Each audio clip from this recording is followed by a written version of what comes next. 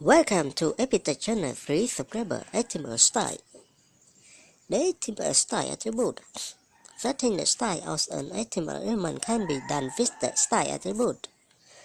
The HTML style attribute has the following: syntax, tag name, style, equal, double quote, property, colon, value, semicolons. The property is a CSS property. The value is a CSS value.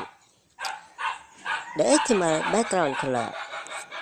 The background color property defines the background color for an HTML element. This example sets the background color for a page to powder blue. Example: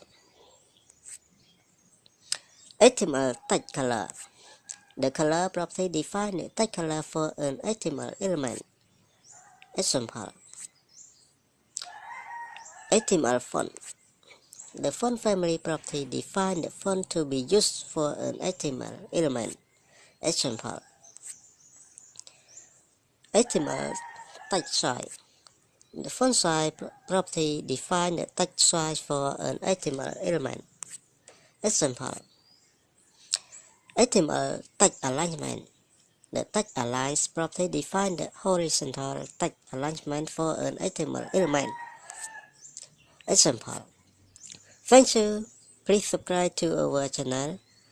Good luck. Goodbye. See you the next